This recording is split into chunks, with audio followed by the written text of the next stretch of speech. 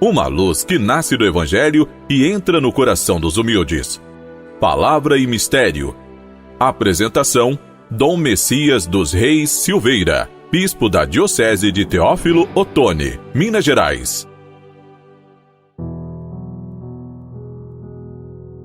Amigo irmão, amiga irmã, hoje, dia 1º de agosto, terça-feira, é um novo mês que estamos iniciando. Na graça de Deus, com os corações ardentes e pés a caminho, vivamos este mês, deixando que o Senhor preencha nosso coração com a sua presença. O tema de hoje é cultivar o amor no acolhimento e na misericórdia. Hoje nós celebramos Santo Afonso Maria de Ligório.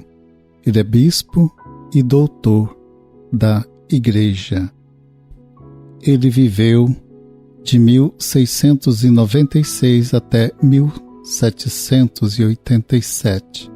Foi inicialmente advogado muito jovem e, já enquanto advogado no Fórum de Nápoles, ele deixou a toga pela vida eclesiástica. Foi bispo de Santa Ágata dos Godos, de 1762 a 1775.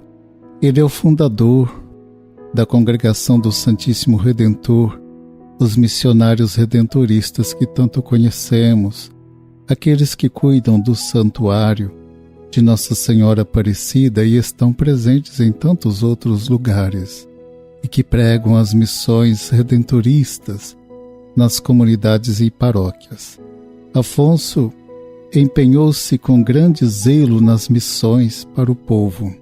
Ele dedicou-se aos pobres e aos doentes. Ele desejou ardentemente comunicar o Evangelho e pedia aos seus confrades para que usassem de palavras simples que as pessoas fossem capazes de compreender a mensagem. Foi mestre de ciências morais, para as quais se inspirou em critérios de prudência pastoral, fundada na procura sincera e objetiva da verdade, sensível, porém, às necessidades e situações das consciências. Compôs escritos ascéticos de grande repercussão. Apóstolo do culto à Eucaristia. Tem inclusive um livro de visitas ao Santíssimo Sacramento e à Virgem Maria, um pequeno livro manual de oração. Devoção, culto à Eucaristia à Virgem Maria, levou aos fiéis a meditação dos novíssimos sobre o céu, o inferno, o purgatório. Então, são esses os grandes temas, também a oração e a vida sacramental são temas muito presentes nos escritos, nos ensinamentos de Santo Afonso Maria de Ligório. Essas informações a respeito de Santo Afonso eu as encontrei no subsídio da CNBB, Igreja em Oração. E com o subsídio das Paulinas, Deus, Bíblia com a gente, eu apresento o tema deste dia, cultivar o amor no acolhimento e na misericórdia. Deus chama para o encontro com o amor e a vida no seguimento de Jesus, no serviço em comunhão com o seu próximo, particularmente com aqueles mais pobres, os excluídos, como foram merecedores da atenção de Santo Afonso. Neste mês de agosto, que é mês vocacional, a Igreja nos convida a aprofundarmos a nossa consciência quanto à nossa vocação, para assumirmos com maior compromisso e fidelidade no cumprimento da vontade de Deus.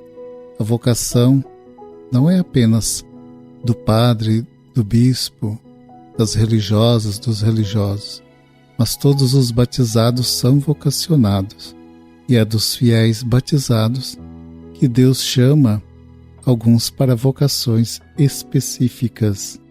Mateus no capítulo 13 de seu Evangelho, reúne 7 parábolas de Jesus. Na leitura de hoje, nos versículos 36 a 43, Mateus apresenta uma explicação da parábola do joio e do trigo, narrada anteriormente. Nesta parábola, o reino dos céus é comparado a um homem que semeou boa semente de trigo em um campo. Depois veio o seu inimigo, e às ocultas o que ele fez, ele semeou o joio entre o trigo. E esta mistura das sementes então formou aquela lavoura. Quando o trigo e o joio começaram a crescer, os servos do proprietário perguntaram se deveriam arrancar o joio do meio do trigo. O proprietário então respondeu: não, para não acontecer que ao arrancar o joio, com ele arranqueis também o trigo. Na colheita, direi aos ceifeiros: arrancai primeiro o joio e queimai-o. Quanto ao trigo, recolhei-o no meu celeiro. Olha a bondosa e paciente compreensão do proprietário, aguardar o momento certo. Na explicação da parábola, quem semeia o trigo é Jesus. O campo é o mundo e o trigo são os que pertencem ao reino dos céus. O joio são os que pertencem ao maligno. Esta mistura que existe na sociedade, de pessoas com corações bons e com corações maus. No fim dos tempos, os anjos farão a colheita, lançando os que praticam o mal na fornalha de fogo.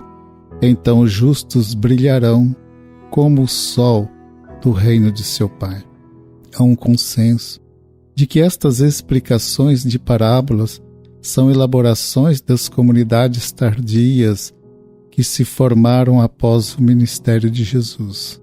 A parábola do joio e sua explicação são exclusivas do Evangelho de Mateus, ou seja, somente no Evangelho de Mateus encontramos esta parábola com as suas explicações.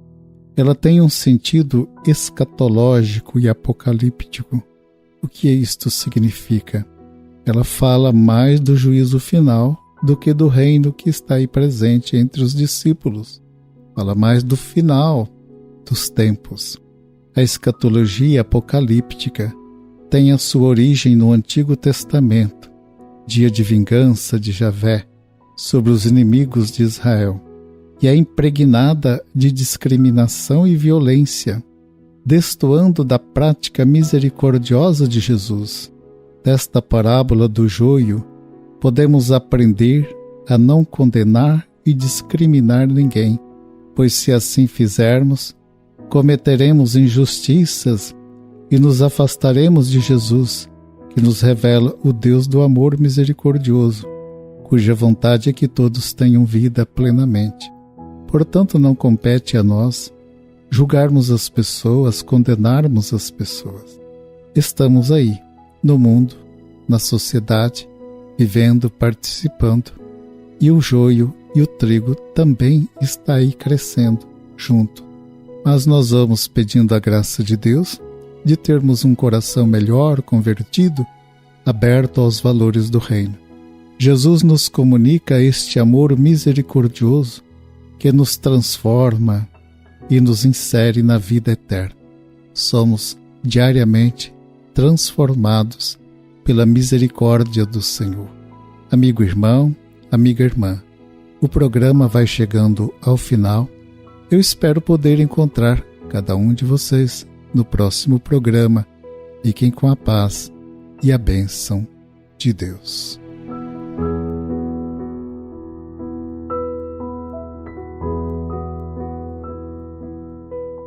Ó Deus, concedei ao povo que vos serve crescer pela vossa graça e guardar sempre os vossos mandamentos.